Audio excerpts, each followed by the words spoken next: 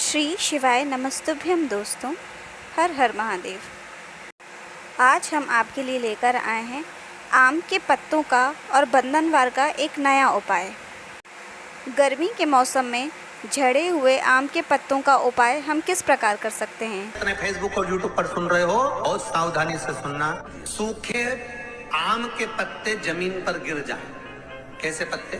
जब पतझड़ का मौसम आता है तो आम के जो पत्ते नीचे जमीन पर झड़ते हैं, 21 पत्ते इकट्ठे कर कर उसको आग लगाकर जलाकर भस्म तैयार कर लीजिए। और जिस पुरुष नारी को चर्म रोग हो जाए, चर्म रोग, कहीं खुजली चल रही हो, कहीं दाने पड़ गए हो, कहीं चमड़ी सफेद लाल काली पीली जैसी पड़ गई हो, कहीं दाग हो रहे हो, चर्म रोग, कहीं खुजाल चल रही हो, तो शिव महापुराण की कथा का ये संवाद याद रखिए। लिंगपुर आम के पल्लव को जो वर दिया गया, तो आम के 21 पत्ते इकट्ठे कर उसको आग लगाकर उसकी भस्म तैयार कर शंकर भगवान के शिवलिंग पर शाम के समय प्रदोष काल में चढ़ा दीजिए वो भस्म। और उस भस्म को उठाकर लेकर आ जाओ, डब्बी में भर लो और गाय का घृत उसमें डाल लीजिए और उस स्थान पर लगाना चालू कर दीजिए। 3 दिन में दांत खाद खुजली जो भी होगी मिटना प्रारंभ हो जाएगी। उसमें इतनी प्रबलता आ जाती है। शंकर को जो भस्म चढ़ी है, आम के पत्ते की भस्म का भी हमारा शास्त्र वर्णन करता है। उस भस्म को छान कर पीस कर उसका उसकी कोई दुकान आप डाल रहे हो, नया व्यापार चालू कर रहे हो और लग रहा है कि चलेगा कि ना चलेगा। पहले भी मैंने 2-4 दुकान डालकर देख ली, नहीं चली। अब नया डाल रहा हूँ, कर्जा कर कर डाल रहा हूँ, पैसे लाकर डाल रहा हूँ, चलेगा नहीं चलेगा। तो उसके लिए सबसे पहला काम करो, कम से कम दुकान खोलने के 7 दिन पहले आम के पत्ते की बंदरवाल बांधो। दुकान का मुहूर्त होने के 7 दिन पहले आम के पत्ते की बंदरवाल बांधो और कहीं आम के पत्ते की भस्म मिल जाए, वही भस्म जो आम के पत्ते 21 उठाए सूखे वाले, अलग से तोड़ के मत सुखाना। जो पत्ते नीचे गिरे हों उसको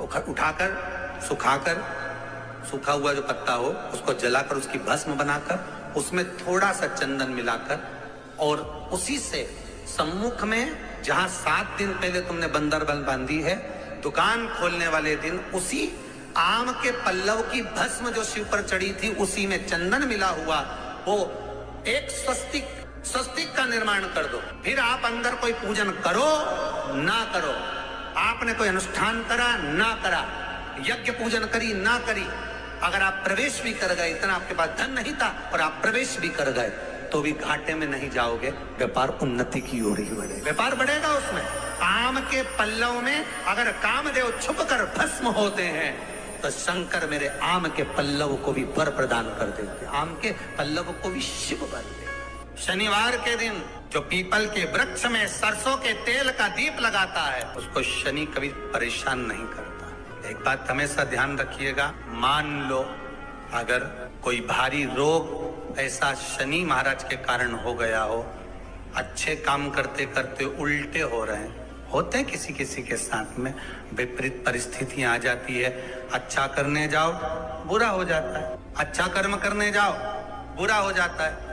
तो पीपल के वृक्ष की जो छाल होती है, छाल देखिए, पीपल के वृक्ष में जो छाल लगी होती है, उस छाल को घिसकर चंदन बनाकर भगवान शंकर का स्नान कराकर, अभिषेक कराकर, पूजन कराने के बाद में पिपलेश्वर महादेव का नाम लेकर, कौन से महादेव? पिपलेश्वर महादेव का नाम लेकर वो जो घिसी हुई छाल होती है उस छाल का तिलक भगवान शंकर को लगा लो और उसी का थोड़ा सा भाग अपने कंठ पर, मस्तक पर लगाना प्रारंभ कर दो।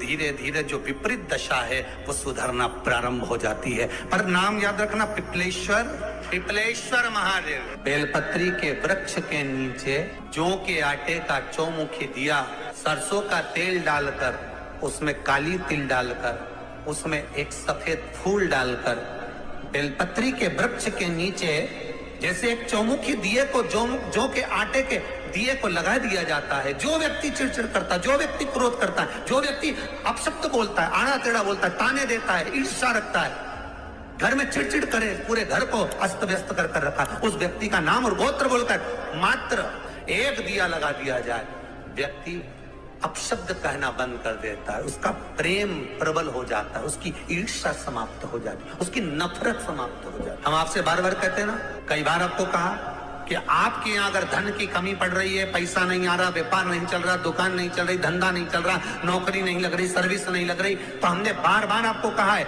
एक दिया बेलपत्री के पेड़ के नीचे लगाओ घी का, और एक दिया शंकर के मंदिर की चौखट पर लगाकर, बार बार आपको कहा, उस पर विश्वास रखकर लगाओगे, सुख मिलेगा, आनंद की अनुभूति होगी। शास्त्र कहता है कि जिसके घर में संपदा की कमी हो, पैसा आ ही नहीं रहा हो, सब दूर उलझ गया हो, बहुत टेंशन चल रहा हो, गन्ने का रस जानते हो, ईख का रस, गन्ने का रस तुलसी जी के क्यारे में हाथ में लेकर 7 बार अपना नाम और गोत्र बोलकर छोड़ दो, जिंदगी में 3 साल में तो करोड़पति बनकर बैठ जाओगे, कभी लक्ष्मी की कमी नहीं आ सकती। माताओं से, मेरे भाइयों से, लाखों करोड़ों लोग शिव महापुराण की कथा यो आस्था चैनल पर और फेसबुक यूट्यूब पर सुन रहे हैं, उनसे भी कहूंगा, अगर लक्ष्मी नहीं आ रही, संपदा नहीं आ रही, व्यापार नहीं चल रहा, तकलीफ बहुत ज्यादा हो रही है, कष्ट पर कष्ट बढ़ रहा है,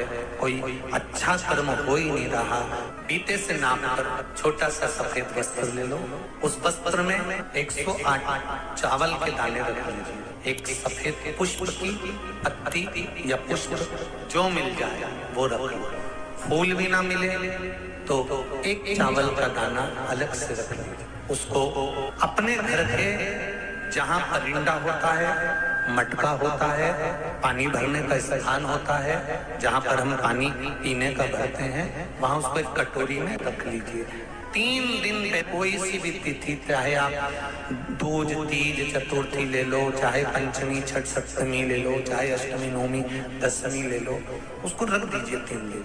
चौथे दिन घी का दिया लेकर, वो पोटली लेकर, कुछ भेंट लेकर, जो आपकी मर्जी पड़े, दान के भाव से घी का दिया शिव जी के मंदिर में लगा दीजिए, और जो पोटली और जो भेंट है वो किसी भी ब्राह्मण जन को, गुरुजन को, किसी को भी प्रदान कर दीजिए। अगर ब्राह्मण जन, गुरुजन नहीं ले तो कोई इसका मोल तत्व समझता हो, कोई सौभाग्यवती माताएं हो, कोई बहन बेटियां हो, उनको भी आप दे सकते। ये लक्ष्मी की वृद्धि करने का, संपदा, रोग, आनंद, सुख प्रदान, ये रोग के लिए तो नहीं कर सकते, पर संपदा के लिए सबसे प्रबल। कोई अगर आपका धन खाकर चले गया है, पैसा नहीं दे रहा, बस आप शिव मंदिर में जब दिया लगाएंगे और इसको वापस शिव मंदिर से पोटली को लेकर आएंगे, चाहे तो मंदिर में कोई ब्राह्मण देवता हो, पंडित जी हो, उनको भी दे सकते हैं, किसी को भी दे, उस समय पर आपका दीप लगाते समय, दिया लगाते समय स्मरण होना चाहिए कि मेरा पैसा इतना गया हुआ है, बाबा ये रकम डूब गई है, ये पैसा चले गया है, ये प्राप्त होना चाहिए, मेरा व्यापार बढ़ना चाहिए। 4 पत्ती का जब हमारे चैनल को लाइक व सब्सक्राइब करना ना भूलिए। हर हर महादेव।